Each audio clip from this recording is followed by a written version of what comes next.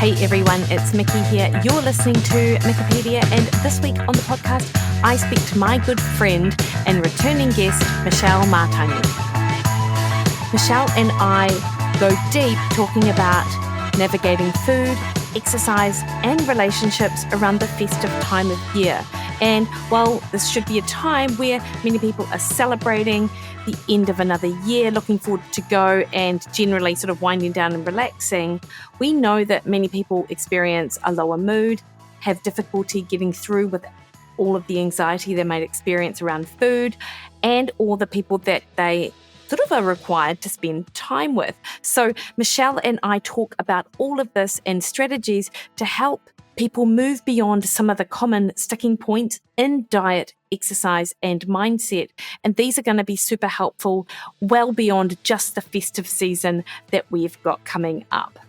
So for those of you unfamiliar with Michelle, she's been on the podcast a couple of times now, and I just absolutely love the way that she delivers information. Michelle is a health and life coach in Taranaki who has helped hundreds of people redefine their relationship with food and themselves using strategies that she has perfected over 2 decades of understanding this for herself. She coaches both one-on-one and in a group setting, and you can find details about these through her website below. And I've also included links to Instagram and the previous episodes that Michelle has been on. Before we kick on into the interview, though, I would like to remind you that the best way to support this podcast is to hit the subscribe button on your favourite podcast listening platform. That increases the visibility of Mikkipedia in amongst literally thousands of other podcasts out there. So more people get to hear from the people that I have on this show and learn from the experiences of them, such as Michelle Matangi. All right, team, enjoy the conversation. Michelle, really great to, I'd say, talk to you again, but we talk quite regularly because you come into Mondays Matter and do your sessions in there about mindset and body image and fat loss and things like that. So I'm excited to share our conversation with a wider audience like Mikkipedia. Thanks. Thank you for having me. It's always an absolute honour. And this time of year as well, like, do you have plans for the Christmas holiday, BTW? Oh, honestly, I was just thinking, I'm normally a bit Christmas cray. Yes, you know, love it. I am the person that puts up a tree in every room if I can get away with it. And last year, of course, I did deck the rooms for Women's Refuge, and we raised $46,000, which was amazing. And I was one of the houses, and my husband still thought I was absolutely nuts for doing it. It was a great cause, but it was a lot of work. And so we actually had a tree in every room, and it was really deck the rooms. Like the whole house just felt like the most amazing Christmas, like ever. Yeah. And it was really, I did it very classy. You know, we had jazz music, we had candles. It was just beautiful. It was really, really nice. It wasn't like Santa threw up everywhere. It was beautiful. I mean, if that's your vibe, then all good. But this year, I have probably spoken a little bit because my mum has passed recently in this, the last 6 months.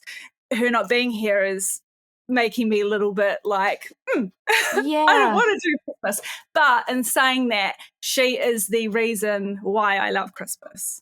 She is the one that instilled all those traditions and, lessons and just everything about Christmas. And so even though I haven't gone to town like I normally do at Christmas, I have put one little one up, and I'm going to get a real one this weekend. So yeah, but normally I'm like 1st of December, tree goes up, it's all like beautiful. But yeah, this year has felt a little different. So, but I'm going to put up some of Mum's decorations, and then I'm going to make her traditional plum duff pudding. Oh, lovely. Yeah, which I've never made before. Well, I've made one. Oh, amazing. She's the one that makes it every year, and she's incredible at it. But, now it's up to me. Yeah. So before I get to the fact that I feel like having Christmas in a spirit, obviously, that you feel comfortable with, but obviously, celebrating and honouring how your mum felt would be that's so lovely. I do have do you put a 50-cent coin in your plum duff? Yes, so that's very traditional. You put you got to make sure it's sterilised really well. And and tell people if you're going to do it because they might break a tooth. Yes. So we don't actually put it in there because, that has happened to multiple people. But that is the traditional way, is that you put, and the person who gets it's the lucky person. Yeah. So oh my God, sterilising it. Seriously, we never did that. Like we had I plumbed know, up all no going. one even did that. No, and just so we chucked it I in. was reading about it the other day, and I was like, yeah, I'm not going to do that. But also, because like Mum never did it. But trying to get hold of suet, because in Christmas puddings they put suet in, which is like revolting. And you used to be able to buy shortening, which is just kind of what they put in like American desserts. Like you'd be able to buy it. You can't buy it now, so you have to actually buy suet from a butcher.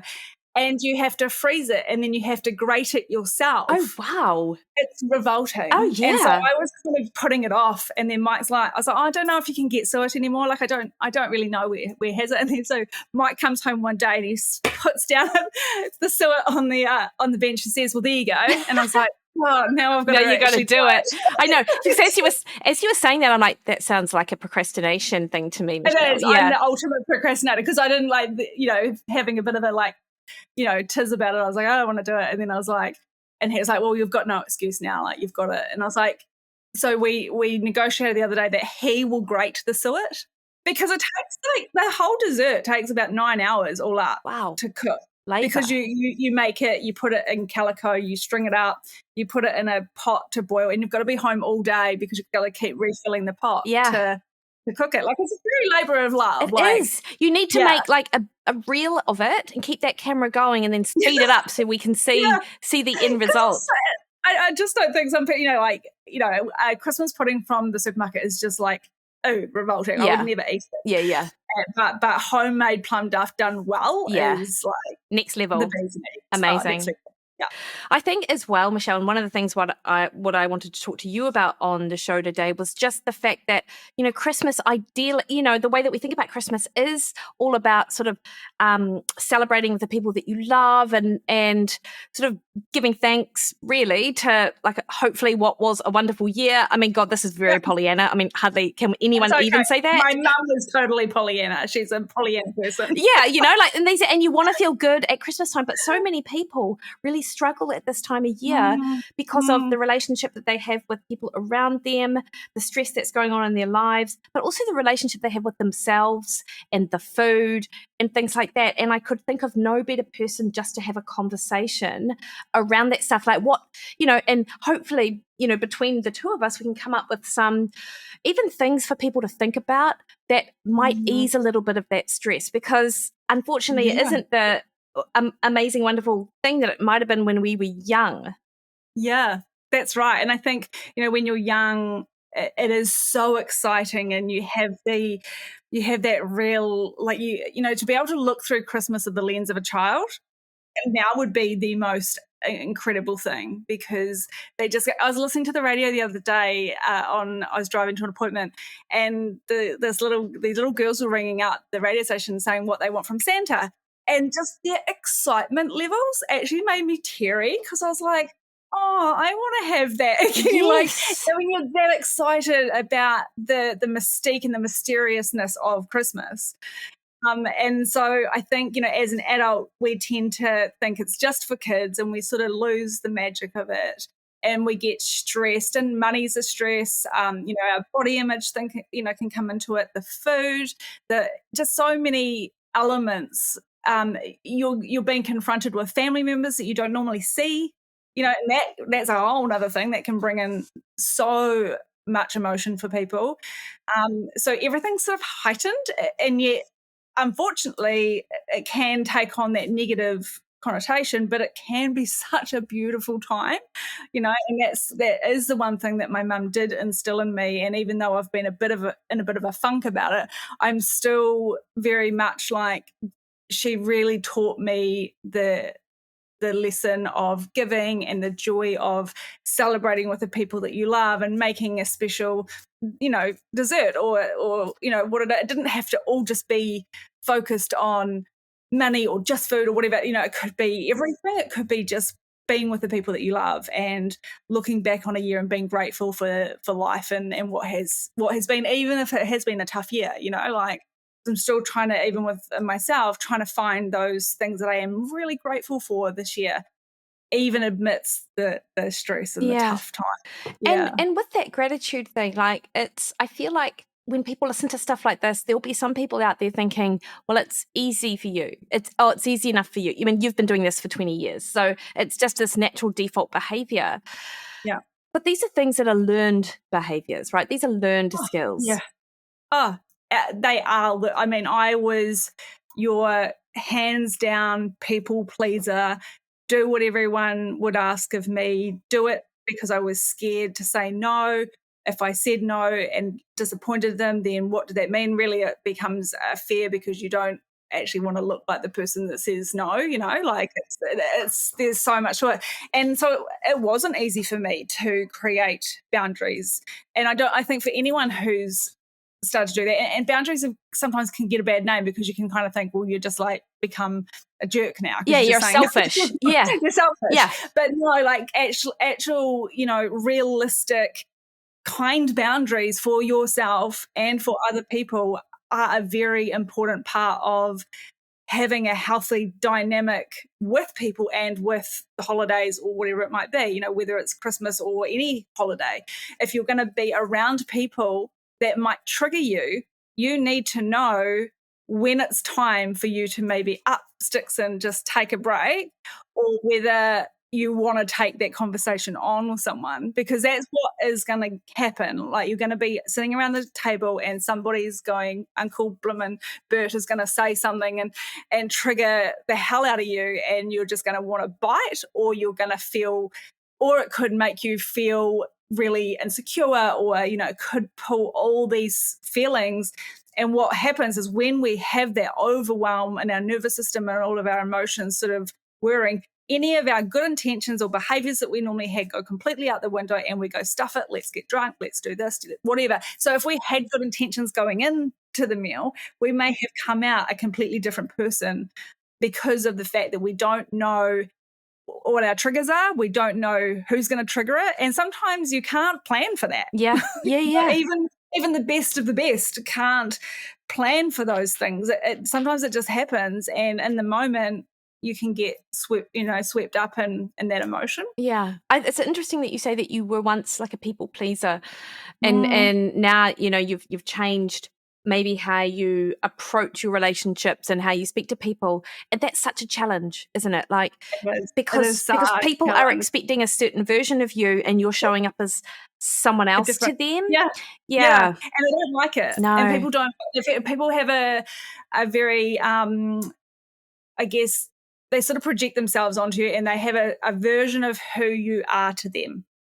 And especially if you've known someone for a long time, and you're starting to show up as, actually, I don't want to do that, and this is how I actually feel, that throws people off. And so, and that is discomfort at its core. Like, and when you have to really take that on and face it and say to the person no, and no means no, and then they might start to go back and go, oh, well, this is happening. They'd start to explain their life story or some way to make you feel bad, and then, you crumble and say, oh, okay, then I'll do it.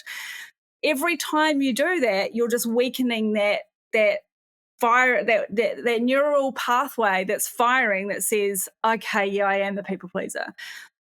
So we're trying to strengthen the neural pathway that goes the other way, that says, hey, I actually am more important in this situation, and it's not about being selfish, it's about taking care of myself and what my needs are, like everybody should be doing for themselves.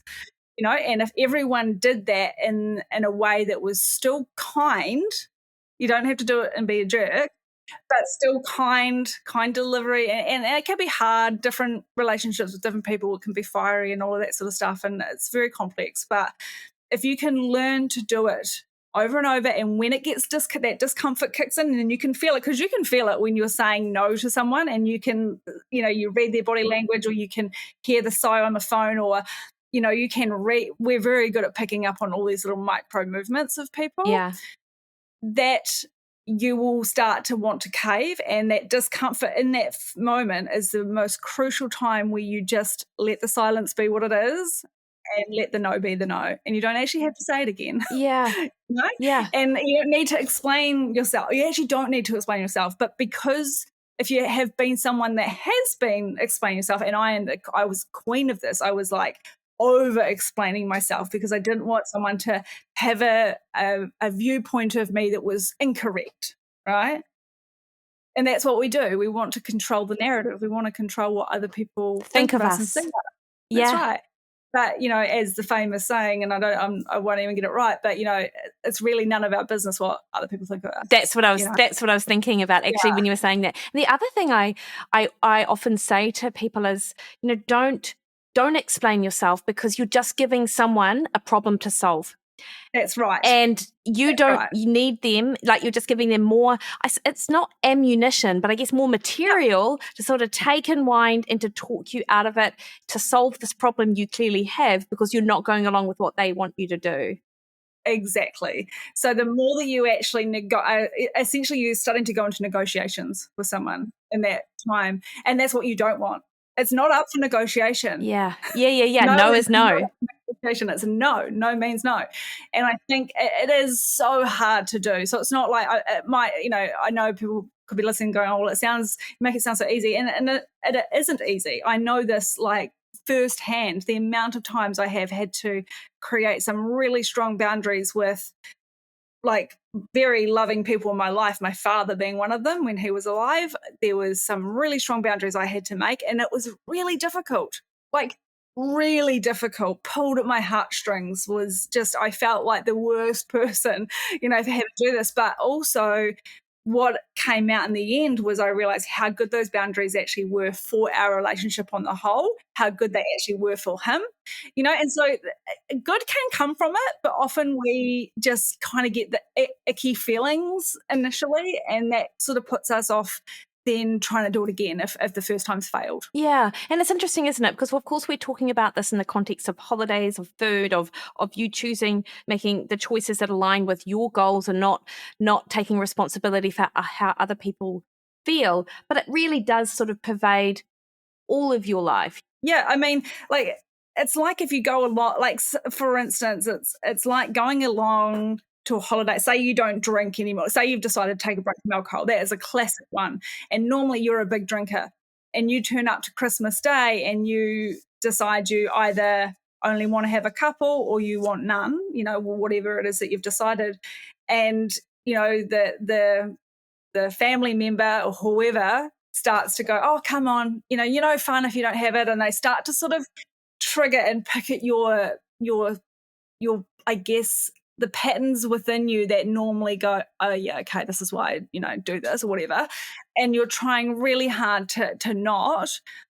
That can be the sort of, not the end of you, but it can kind of be that point at which if you don't stay strong in that moment, you feel like you've let yourself down. Yes. And you've let your future self down. And I always feel like going into one of these situations, it's not about having expectations of yourself. It's about setting some good intentions that you're going to feel proud, like not only you now, but your future self's going to feel really proud of for doing, because the more that you do it, the more it strengthens that neural pathway again that says, I can do these hard things. This is hard, but I can do it. Yeah. And so it's not about going without, missing out, not having fun. It's about what strategies can I take into this event to help me stay true to myself and at the same time still enjoy myself and be around the people that I do love, even if they're triggering me. Yeah, 100%. And I feel as well as that you're like, when you talked about you and your dad and how your relationship actually got better, part of me feels like it's because you're just honest, and people know that you're going to be honest. And so people, if you start setting and holding boundaries that are quite evident that are true to how you feel and align with your values, then the people around you are going to, if not already, are going to appreciate that about you. And that's just going to strengthen that relationship. Or it's not, and actually they're not worth it. Well, that's right. It's going to go one of two ways. One, it's either going to actually learn to respect you and go, oh, wow, didn't didn't kind of see that coming, but they'll get used to it. Or depending on the kind of person they are, they'll make it all about them. And also make it all about you, like make it your fault, etc. Your fault. Yeah. And the relationship can be quite strained.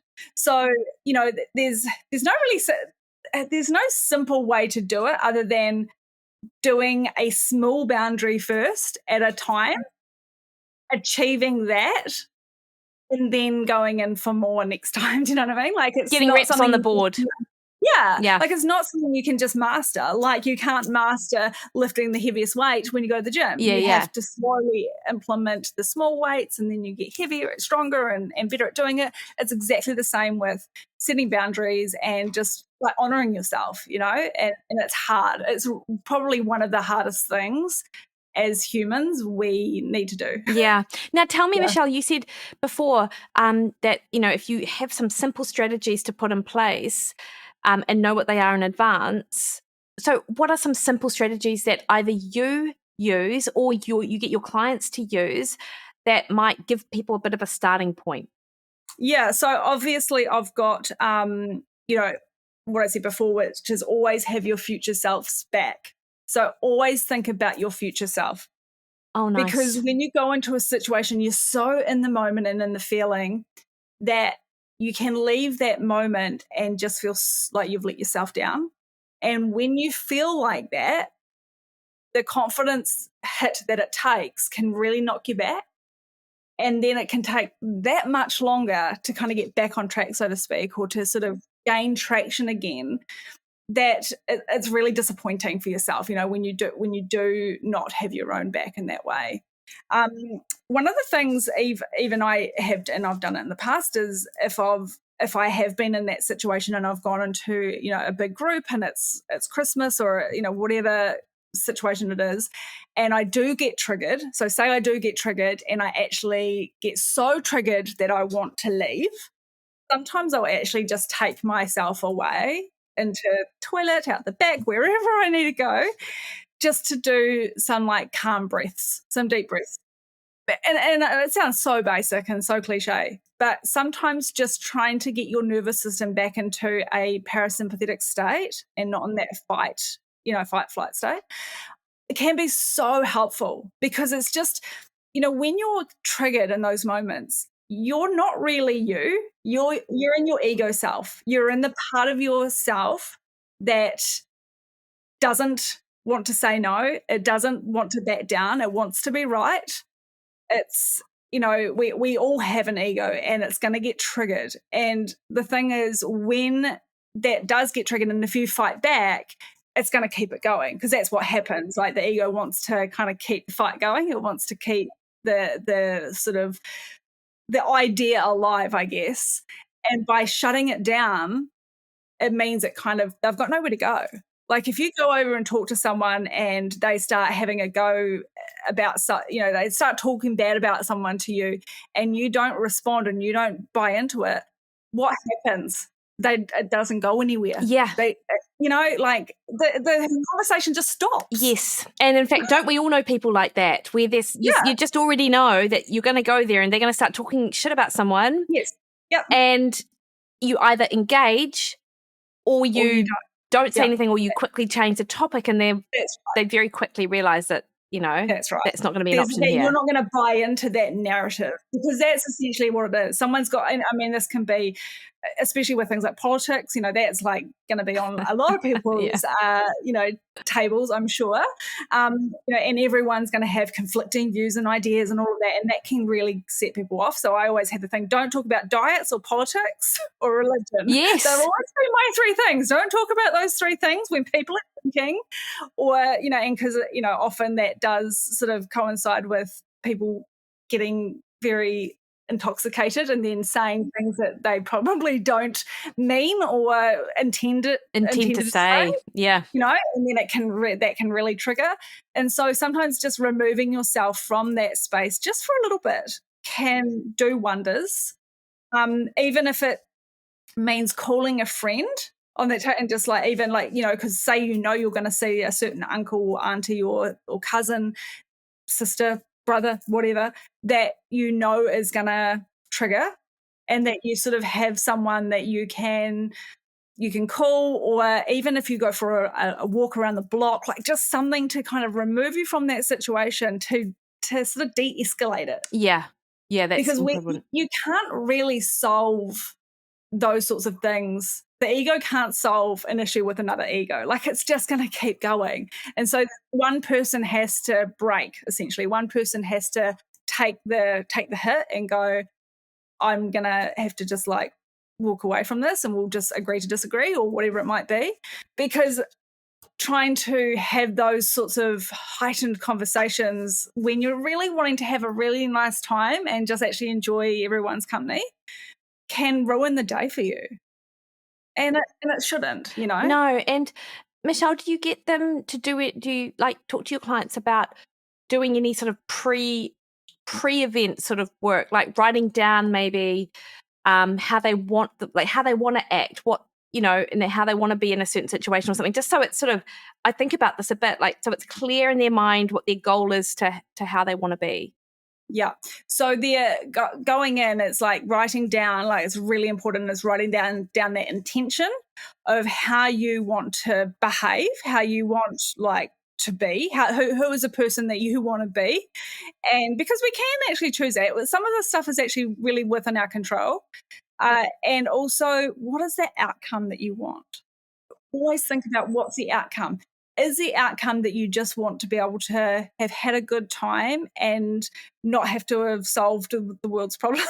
Or, what is the outcome? Because often we sort of go into a situation and we kind of don't have any idea of how we want to leave that situation. We just sort of go in and, whatever's going to happen is going to happen. Whereas I always try and think, well, how do I want to leave that? I want to leave my relationships intact. I want to, if something gets brought up, then, just remember what could happen if I go down this route, or if I decide to, react.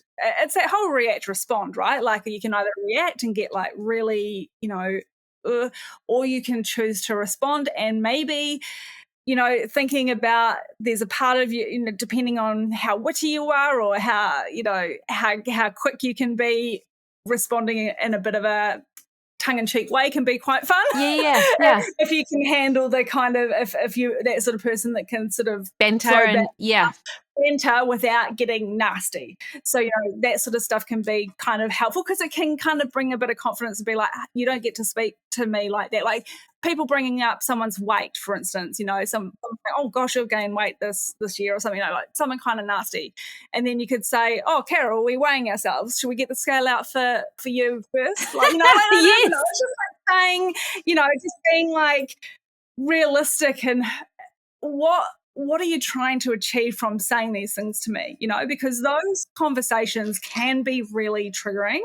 And if you are, like I said, witty enough that you can sort of pull that out, or you just learn to walk away. And like I said, hold your thinking about your intentions. Do I want to come home with my head held high and not letting this ruin me?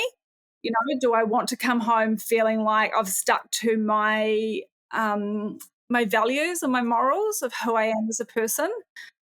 It's kind of being relatively realistic about it, and just maybe knowing that there could be some times that you might need to go and do a couple of like breath work, like just a couple of basic breaths, just to kind of get yourself back to a bit of a calmer state.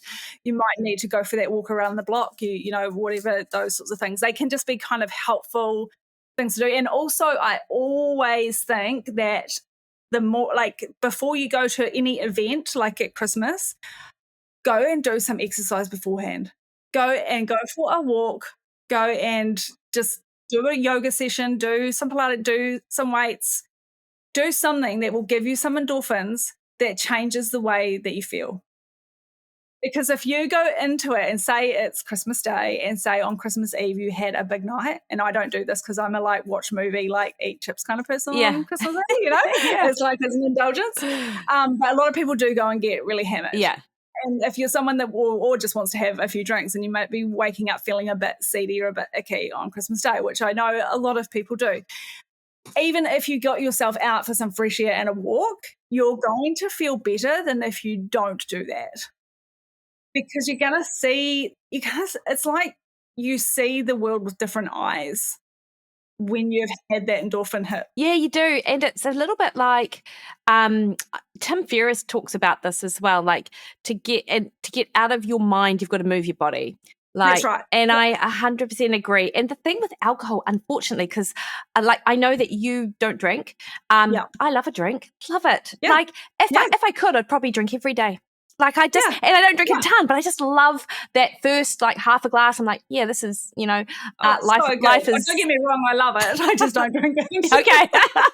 Okay. So, but the unfortunate thing is you can feel like your hangover might not be a headache. It might actually just be a low mood, That's right. Yeah. It could just be a low mood. Yeah. And there's nothing worse. There is that whole famous to change your mind, you need to move your body, and to change your body, you need to move your mind. So they both inform each other. Yes, they do. And that's the thing. So when you are moving, you have a different mind. Your mind is so different. And I'm a classic case of this. I can be someone who might miss a couple of days of walking, and I know it. I will be a different person. I won't feel like the same Michelle as Michelle who walks every day. You know what I mean? Like I'm just a different person. And you'd probably be the same when you run. Yeah. Like you're probably a completely different person. And I think as well, because one of my questions I had down for you was talking about some of the traps that people sort of fall into at this time of year. And I feel like this is part of one of the traps is that we are time squeezed or time pressured. So one of the things to go are all the things that actually help us moderate our mind and help us stay on top of things. Like exercise is absolutely one of them. Absolutely. There are people who recognize that about themselves, but there are people who don't. And the people who don't are the people that can let that stuff fall down. That's right. And I mean, I know for myself, someone that's not a natural exerciser, that I'm someone who has to push myself to do it, even though I know how good it feels for me and I know how good it is. I still have to go and trick myself. I still have to do the things that kind of get me on that autopilot. And that can be really hard for someone who is when you're feeling a low mood, when you're feeling, triggered or any of those sorts of things. It can feel very, very hard to pull yourself out of that feeling and just move, because you can sort of have all the excuses and all the reasons why you don't want to do it. And unfortunately, the only thing to fix it is to do the thing. I know. And it's really hard when you're feeling in that space. I'm the master of it. I know it so well myself. And so I often do it in a way, and I learned to do this when I read the James Clear book, Atomic Habits, which obviously is like my Bible. I love it. And it was about those micro movements, having micro bites, going for a walk around the block for 5 minutes and do that 3 times a day, or getting in some push-ups, or getting in some squats, even if you're just doing it in your lounge. Like you don't have to do heaps of them. You don't have to get changed. You can just do it in the clothes you're in. And I think if you can take little bite-sized pieces of that through the day, when I was training quite a lot, like doing a lot of movement, not to your level, obviously, Mikki, but like for a normal just person like myself that's not a massive exerciser, not an obsessive person like myself, you mean? We all have our thing. No, dedicated. So even when I was someone that I'd be working out every morning and walking every night, so even when I was doing a pretty good amount of exercise, I would still during the day just do little micro bites of certain things. I would practice my push-ups. I would do some squats. Because before I'm going to go into the shower, I'm going to do a couple of push-ups, whatever it might be. And those little micro habits, those little micro movements, they add up. And they make you feel like with each thing that you do, it just increases that bit of confidence and says, I can actually do this. I'm the athlete. Yeah.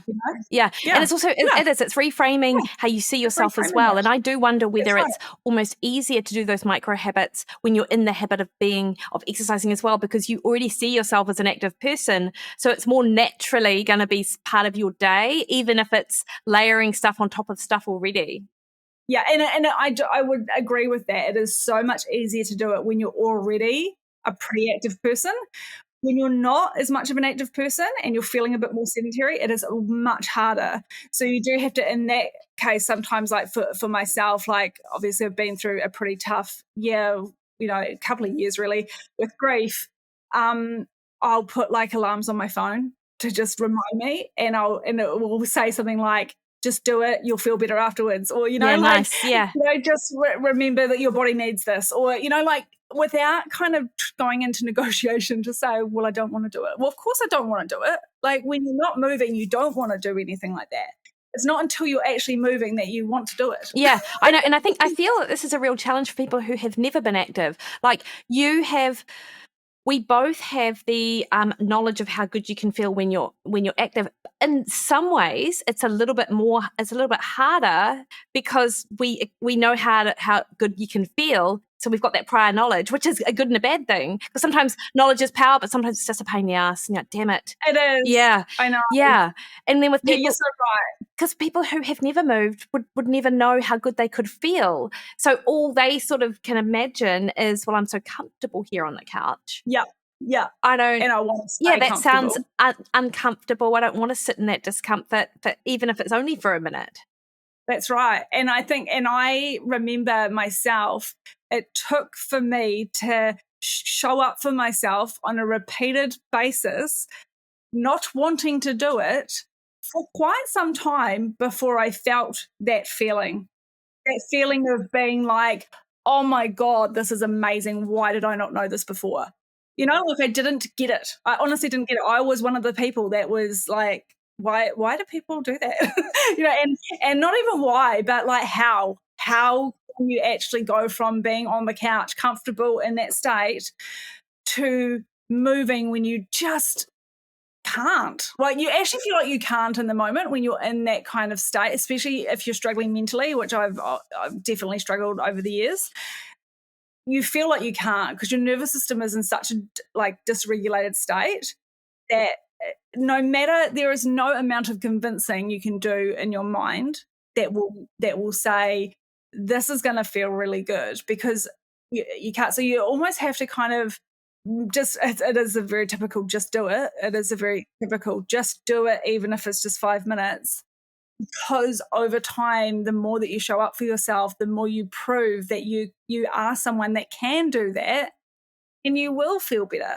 But yeah, like a lot of people haven't experienced that, and it can, and even getting like to the point that you push yourself, like when you've been someone who, like for myself, and you know how to push yourself because you're an athlete, but there are a lot of people that may have exercised very basic, just walking, and not actually done some really hard exercise where you push through and you just feel amazing, but it also feels very uncomfortable at the same time because it's hard, like it's really hard, and you're sweating and you feel maybe sometimes like you want to be sick, maybe not, but like yeah. It can feel very uncomfortable.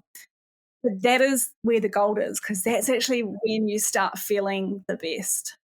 So Michelle, like, are there apps out there? Like, how did you go from being the person who couldn't understand how people could do it to being that super active version of yourself? Like, what tools did you have? So I didn't have an app, not back then, because it was 5 years ago now, I think it might have been. Like that. Randomly, not that long ago, but actually, not that long ago. No, but which is kind of crazy when I think about it. There weren't like reminder apps and things like there are now, because there's some cool ones now. But my thing was, I just started with walking, like just walking it was like I made myself a rule that it was non-negotiable that I walked every morning. And the reason I did it in the morning is because I did it when I was so tired that I couldn't talk myself out of it. Yeah, like, because otherwise I'll start negotiating. I can negotiate myself out of anything, So I would, get all my clothes ready, put them by the door, get that, so it was kind of, as soon as I woke up, it was the thing that I got up, I got into my clothes immediately, like before anything. Like I got into my clothes even before I got up and went to the toilet. Like, I'm in my clothes, right? Because that's the first part that's the part I find hardest, is getting the clothes on and getting out the door. So I'd put the clothes on, I'd splash my water with some cold, splash my face with some cold water, and then I'd get out the door.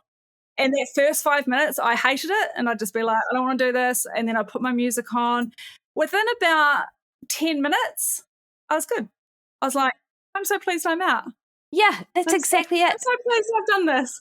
And so I think I reckon that took me a good several months of doing that before it felt like my normal. And it felt like, I'm the person that walks now. Like, I'm the person that goes for a walk. And the reason I started doing it, it was nothing to do with my weight. It was all to do with my mental health. It was all to do with I needed to get out because I knew that my mind needed, like my body needed to move. I just knew it. And I've done enough. I guess I'm such a geeky researcher. I've done enough research to know the impact that has. And so, unfortunately, a lot of us can use physical goals as, our why. And the thing is, if you're just walking, like, the physical ain't going to change for a while, so if you're using the physical as a reason for it, I find that's a bit fickle. And I've done that in the past and it hasn't really moved. Like, it does move eventually. It really does. Walking is such an effective weight loss tool, but it doesn't do it as quick as what we want it done, right? So I needed something to focus on that would change my day. And so I knew that if I walked in the morning, my day was different. I chose different food. I made different decisions. My behavior felt different. I was a different person. And that was, I guess that was enough of just repeating that enough times. And honestly, 80% of the time I didn't want to go. I can hand on heart say that I did not want to go, but I made myself do it because I knew that I needed to. Otherwise, the alternative was staying where I was, and I didn't like that person that I was like becoming, I guess. And I guess it was strong enough. Yeah. And I love and what I find is that, the podcasts, Audible, like audio books, like music, like all of that stuff, like you just sort of like you're stacking things on top of each other. So it's not like I don't have time to go to the walk. You're sort of almost making time to learn something new or hear something different and sort of framing it like that, right? Yeah. So what I would always do is I'd either get myself a podcast ready that I was so excited to listen to, a book, or I'd get like my favorite music that I knew would work because we all have different relationships with music. I love music so much. I listen to music all day, and I find that with certain music, music transports you. Like, it is they've proven it's the one thing that you can listen to and it will change your mood so quickly. And I know that if I listen to certain music, I've got like playlists with like Queen and David Bowie and all sorts of stuff. I put that on and walk, like, I'm good.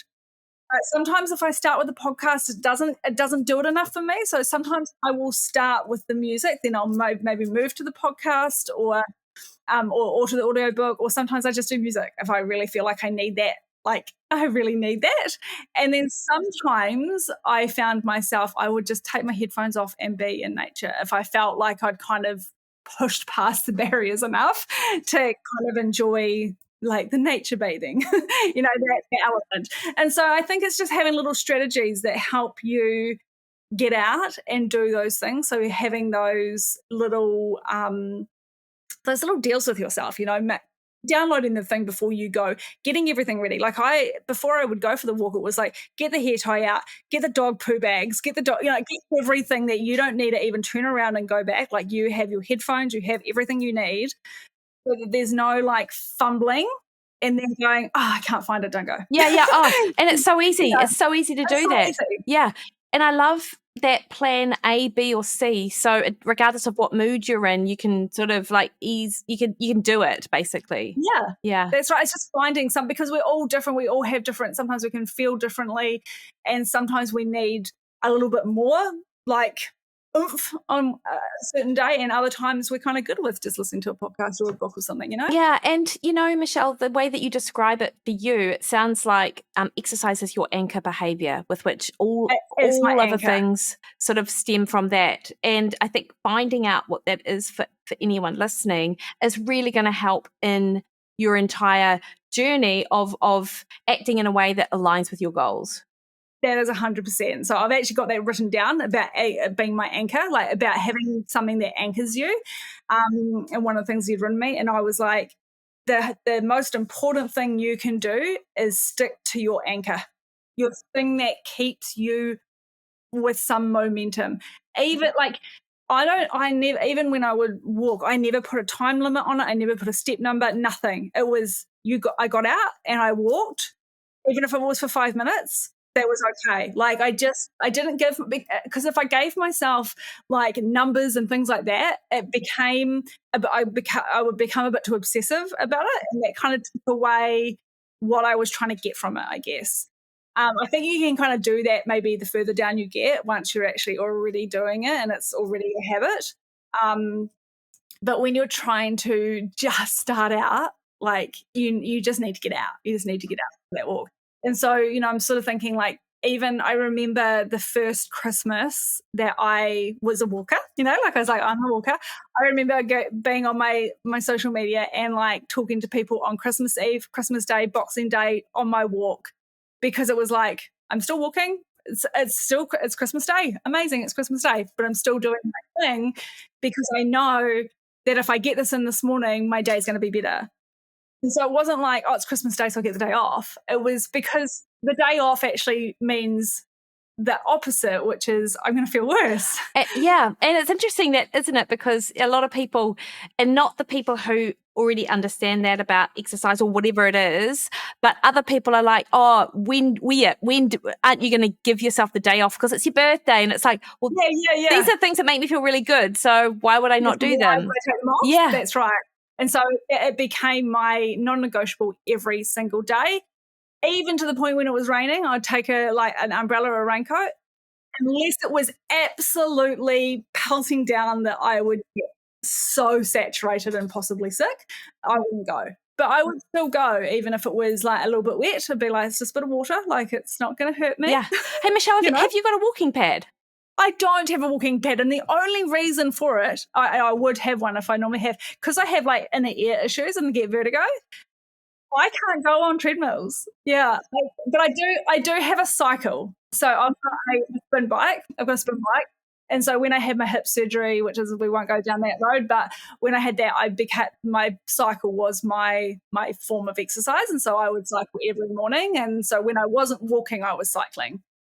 Yeah, but by that point, I was already quite an established like walker, I guess you could say, and so cycling kind of just became like the thing that I just moved to cycling, and then I actually become to love like spin and getting really like doing interval training and stuff, and I really loved it, and that's kind of when I learned to really push myself with exercise and get. I felt kind of a discomfort, that I felt the discomfort, but then I felt how amazing I could feel from it. Because I guess from just walking, even though you do feel really good, it does lift your mood. It's so incredible for you. You can't quite get the endorphin hit that you get when you do like a class or a really strong weightlifting class or anything that's really getting your heart rate going. And so I know sometimes it was important for me to have like a really hard session of some kind to give me that endorphin to kind of last me through. Like some people need it every day. You probably for yourself, you probably need it every day. And I think probably we could all do with it, like, getting that really big endorphin hit. But again, if we're talking to people that really struggle to even exercise and even get out the door, sometimes you need to start with the basics. Do you know, it's funny you say that because I almost never get endorphins when I run or exercise. Oh, you don't? It's not endorphins for me. It's not. It's No? actually, I think it's more about, it's more almost as a calming thing. Actually, it's almost the opposite. Not all the time. Like I feel really good, but I feel like it's almost a bit of a dopamine thing rather than this endorphin rush. Like sometimes you get the flow, that feeling of just zen, like you could go for hours. But endorphins for me are few and far between. It's interesting, right? Yeah, so you must be getting but you'll be getting some kind of like a brain chemical, I guess, that's enough to DAC. BDNF. I wonder if it's BDNF. Yes, it will be. Yeah, it will be. Yeah. 100%. Listen to us. We're like lay people going, oh, is it that BDNF thing that people talk about? But it's true. The reason I say that is because I know when I was walking and I'd go through the forest, that's when I felt my best when I was walking, because that's when, because you're getting all of the sounds and the feeling, like it's very thorough, compared to just the effort of moving. Do you know what I mean? Yeah, like I totally know. Moving is one thing versus like moving in a natural environment. Yeah, completely.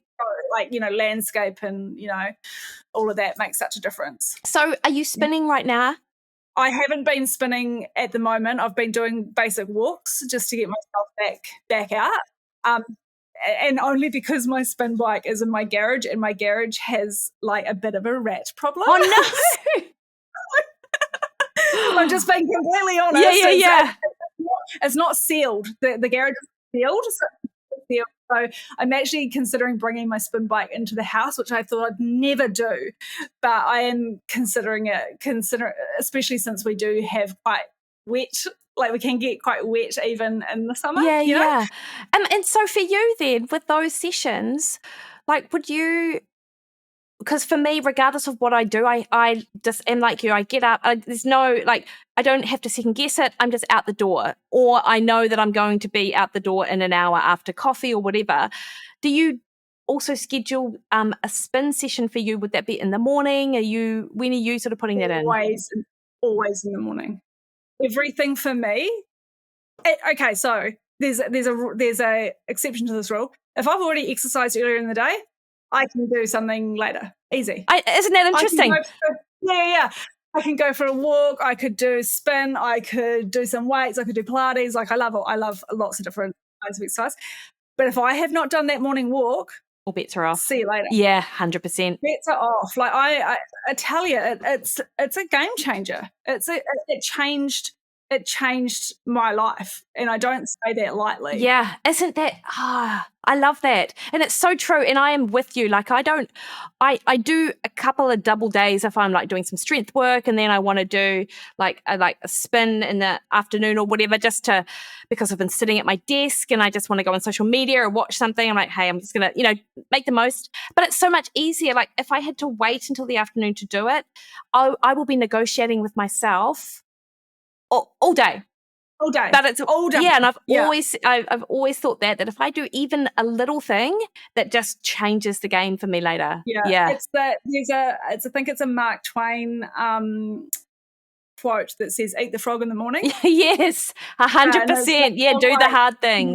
Do the hard thing first. It's the procrastinator in me. It's like do the thing you're going to procrastinate about the most first. Get it out of the way. And then you start to kind of eat lots of small frogs during the day because you've done the biggest one. The biggest one's over and done with, and then you've just got little small ones to do. And that's easy compared to the big one. Yeah, 100%. Yeah. So that kind of became, I guess, my thing. Yeah. So, Michelle, if I bring it back to like the Christmas holidays or not the Christmas holidays, really, the festive cheer, the festive food, like things like that, do you have any sort of belief or mindset shift about the holidays, about this time, that you've found really helpful when you are thinking about the food side of things? Particularly, I guess, it is quite pertinent right now for you and just with what you've been going through with the AIP challenge and stuff like that. How are you approaching it? Yeah, for sure. So for me, and I've probably done this for years and I will continue to do it, and it can be hard to do because, again, you can negotiate with yourself, anything. But I just think it's so, and you will agree with me, and I think anyone will agree with me that knows this, having a big protein breakfast is just like, it's as important as the walk. Yeah, yeah. It's like the walk comes and then the protein breakfast. I've been having, sometimes I'll even have like steak for breakfast, and I never used to be, and honestly, just game changer. My whole appetite regulation is so different than if I have just, I don't know, even if I just had an egg or two, it's just not enough. Like I need like a really good whack of protein. I don't even think about numbers, like, and particularly in the holidays, if you were like thinking about, having a break from counting, or, if you're someone who is counting carbs or calories and you wanted to have like a break, so to speak, if you just focused on having a really decent protein-rich breakfast, and I often have, some steak, some veggies and maybe some berries or like an apple or half an apple, whatever I feel like, something like that. And that is just like a game changer. I feel like I don't have to worry about the counting part. I mean, I'm not going for like going through a massive like goal part at the moment anyway. I'm kind of in a bit of a holding season, I would say, for myself. And I think sometimes that can also be an important thing for anyone who's been on something like Mondays Matter, to think about maybe just having a holding pattern for a week or 2 weeks or however long. You need that break from that fatigue, Yeah. that diet fatigue. Yeah. That's right. And like sometimes just being able to learning to just maintain and not gaining at Christmas, that is a huge win. It is. People are either on a diet or they're off a diet, and there's That's no right. middle ground. Yeah. Yeah. You know, I remember one Christmas when I, you know, I think it was my first year after I'd lost like 42 kilos, and I was like, oh, I'm going to have, you know, like food. I remember kind of all bets were off and I was off. And it kind of got to the point that I felt like I was putting everything and anything in my mouth that I could have put a dishwasher tablet in my mouth and I wouldn't have known. Yeah. Yeah. Because this is how I was explaining it to someone, because it was like all food just became, it was all on.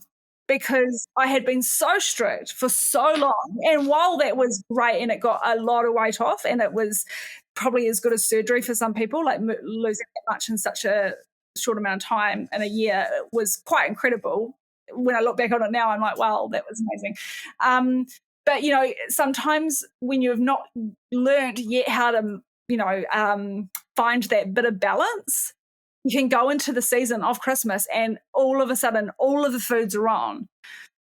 So again, something I do is I ask myself the question, is this a food that I can have any time of year, or is it just around at Christmas time?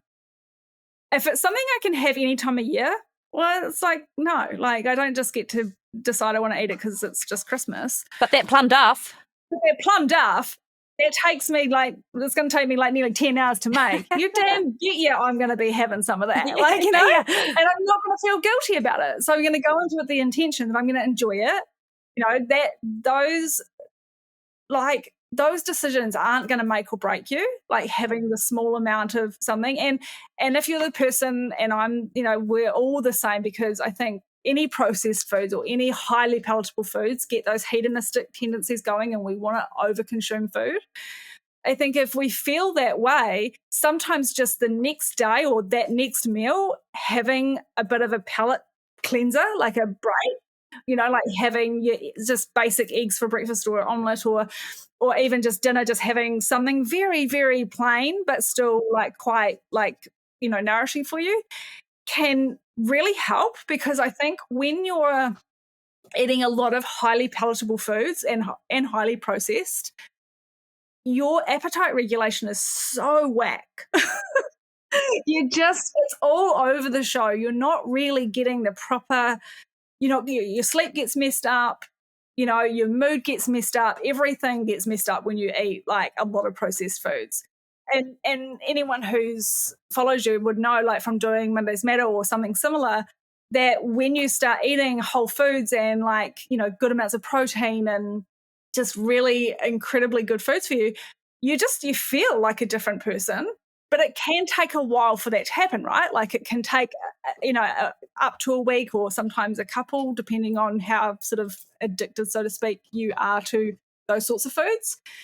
And I think the other can happen. So when you're gone off your plan, so to speak, or you go and eat all those highly processed foods, you start craving more of them. So you want more and more and more. And then it's kind of like, well, when's enough?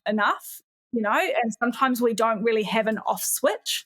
So we need to sort of intentionally think about creating our own off switch. Yeah, 100%. And I love planning, you know, like if you know that you've got 5 different social occasions, you know, like, and they're all within a week, like you don't want to eat like an a-hole on all 5 of them. That's right. Yeah. But which ones are most important for you? And that's what you were talking about with the food and even like the occasion. Like for the most part, you can make decisions that align with your goals. And if you can't, it's okay. You just move on. That's right. Yeah. That's right. And you don't need to do anything different the next day. The worst thing you can do is the next day is restrict and get into get guilty and beat yourself up. Like that is the worst thing you can do. Just move on. Like it was just one day. Even if it was 2 days, it doesn't matter. You know, like just move on. The quicker that you can do that, the better you will feel. And just start getting into like I always just call it back to basics. Just getting back to basics. You know, and it's so important, like if you do have lots of social events, It's just thinking about, well, which one to you is the most important? Which one are you going to enjoy the food the most? Like which one do you really want to like spend, I guess, your calories or whatever at? Is it going to be on the Christmas pudding, or is it going to be on, Nana's mac and cheese, or, what is it going to be? Like that there's going to be something coming. It's kind of like if you were someone that ate out regularly, if you were someone that, I mean, I don't, but I know a lot of people do eat out regularly. You wouldn't, just because you're eating out doesn't mean that you're going to go like gung ho and just eat everything. You're going to learn to make the healthier choices at the restaurants. You're kind of going to know, okay, I'm going to order, a side salad, ask for dressing on the side. You're going to order, your piece of meat, whatever it might be. You're kind of going to know your way around a menu. But then every now and then, maybe once or twice in the week or 2 weeks, you're probably going to eat your favorite dessert or something at one of those restaurants. And that's not going to kill all your progress. It probably, if anything, is going to help you adhere for longer, because you're not having like that real scarcity mindset and like missing out. 100%. And you're making deals with yourself. Yeah. And I think the where people get confused is, or not get confused, but for whatever reason they feel like their situation is unique and no one else is experiencing this thing that they experience. But the reality is, almost all of us do, and if we don't yet have to think about this stuff, we will in the future. So the more you learn these skills now, the more you're sort of protecting your future self and that's right. and sort of building those habits up when they really do matter. Yeah, and it's so important to do it because, like you said, it's going to come at some point in your life. Like you're going to have to learn it, and unfortunately, like I wish we could all just eat whatever we want to. I know it's not realistic. Not if you want to be healthy and like have a life. Another one of my tricks is always like if I was to go out to an event, like say it was, maybe it was a later dinner, or it was regardless of what time it was, I'd probably have like something protein rich beforehand. I'd probably have like a couple of boiled eggs. Even one would be better than nothing. Like, because again, it will just take the edge off the hunger so that I don't have that kind of like consume it all, like eating with my eyes, and having a little bit more of a balanced approach to what I can do. And I do the same when it's around Christmas. Like I don't just get up in the morning and decide to eat chocolate all morning, because if I did that, I know how the day is going to end. I know how I'm going to feel. Whereas if I can still start my day with my protein-rich breakfast, then I'm going to make much better choices throughout the day. It's a given, like if you can listen to your body and your appetite signals and kind of understand hunger and full, all of that sort of thing, and kind of get in tune with your body. If you don't know how to do that, I think maybe using your hands as like a guide can be helpful for portion, like especially if you're out and you don't know how much is in something, that can always be helpful to be like, okay, well, I won't overconsume, but I can kind of have this much of this. If you're still trying to sort of, for the most part, stick with goals and trying to lose weight, I mean, I think you can lose weight during Christmas. It's not a thing that you can't. But like I said, I do think being in a holding pattern is probably a better choice. I agree, 100%. Like, because you're still progressing. There's many other weeks. There's too many other weeks in the year that you've got to do the mundane, whereas Christmas comes once a year and you might get 80 of them from the age of 0 to 80. If you're lucky. To live to 80. That's right, if you're lucky. And I think probably watching my mum and her decline and her relationship with food, that's really taught me a lot as well about how I want to look after my body, and love my mum dearly. But, just watching how much she didn't care. It's not that she didn't care. She just didn't take care of her body the way that she probably needed to, and looking after it and really, she was an incredible woman. She had the most amazing mind and she was so giving and so beautiful. She didn't really learn to eat her veggies. She actually didn't like eating her veggies. She didn't want to eat her veggies. And by the end, she was really like, oh, I'm not eating my veggies. And that's fair enough because she was going through what she was going through. But it did teach me some pretty important lessons. And that was like, to really look after your body, you only get one. And even though Christmas comes and it goes, it will just come and go. And so maybe I think sometimes if we build it up too much and we give it too much kind of not too much weight, but sort of we're idolizing it a bit too much, maybe. It's sort of like Christmas, and Christmas is amazing and I love it, but it is just one day. And if you can actually just, try and minimize the amount of damage that you're going to do to yourself, but also enjoying it, like and it can be so hard to find that balance between enjoying it, being mindful to not overdo it. But, it can be hard to find that balance. You know what I like? I like pomegranate seeds because... Oh, I love pomegranate seeds. And they're so good. They're so good. Like, I'm just thinking, and I was just thinking, like, your tastes change when you change your diet anyway. So sometimes you have these food memories, but the reality doesn't really stack up. But then within your current diet, eating really delicious food, there are ways to sort of zhuzh it up.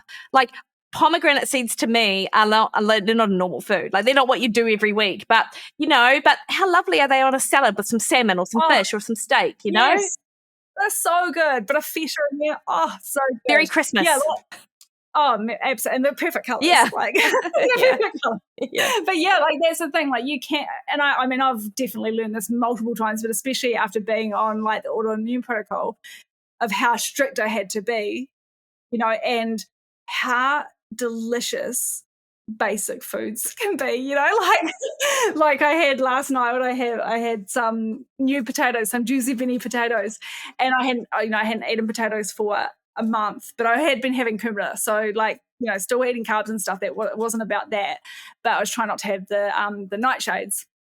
So anyway, I had some potatoes, and I can tell you honestly, just some juicy Bennies with some fresh butter on them. It was like that could have been a bag of chips. Because that's how good they tasted to me, because I haven't had that food for so long. Yeah, and so your tastes do really, really change, but it can take quite a while for that to kick in and for you to start saying, I'm going to enjoy my strawberries and yogurt and a bit of dark chocolate just as much as, the really sweet, like mousse pudding or whatever, like you can actually feel like that. Thank goodness for the Ninja Creamy, eh? Oh, the Ninja Creamy is such a game changer. Love and that. And I got the family one, so it's like... That's amazing. So good. So, Michelle, just to finish up, like, what's on the calendar for you 2025 in terms of your services? Like, what can we look forward to? Yeah. So I had planned when I was had our last Monday's meeting, I had planned to get my course out by the end of November, and then some stuff happened with Mum's estate stuff, so it kind of just didn't occur. So I'm hoping to get the course out either for people to access just before Christmas or just after. It'll be so they can actually access it. I'll put it up for people to be able to buy it so they can access it over that period, because I was going to wait until after January, and I sort of thought if people had access to it over the period, they actually might find some quite helpful things within it, like especially with the boundaries and the mindset and that sort of stuff. And so I'm going to probably get that up by, probably just before the end of December, which seems kind of counterintuitive because a lot of people are like, well, I don't want to be thinking about it then, but at the same time, just after Christmas is often where that week between Christmas and New Year's, the week that no one knows what day it is and what's happening, that is often a time where people are off work and they've got the time to do stuff and can actually throw themselves into it. So, that course is going to be run again, basically. So, if you can go to my website, which is just michellematangi.com, and you can just register, subscribe. I don't send tons of emails, so when you do get one, it will be a good one. And there will be another course to go around. Amazing. So we will put this out in a couple of weeks, and I'll link obviously to your website in the show notes. Michelle, thank you so much. Always love these conversations. Love it. Amazing. Oh, that's so good. Thank you so much for having me. I've really loved it. It's been great. And I hope you have an amazing Christmas. Thank you. You too.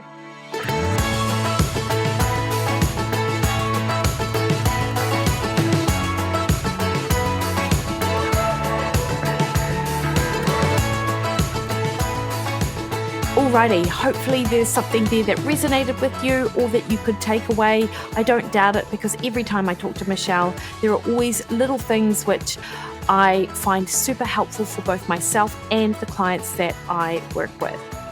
So next week on the podcast, stoked to bring to you the conversation I had with Holly Baxter, who is a dietitian and coach, Australian by birth, but currently residing in the US. That is next week. In the meantime, though, of course, we are counting down the final days to Christmas, and there is my Christmas sale that is coming on where you get 50% off. This is the best deal of the year on my DIY fat loss plans, my real food nutrition plans, which will be a perfect gift for you as you head into the Christmas season, or for someone you love. And you don't even need to start now. We can delay that start date. You just let me know. We'll put links in the show notes to that also. All right, guys, have the best week. See you later.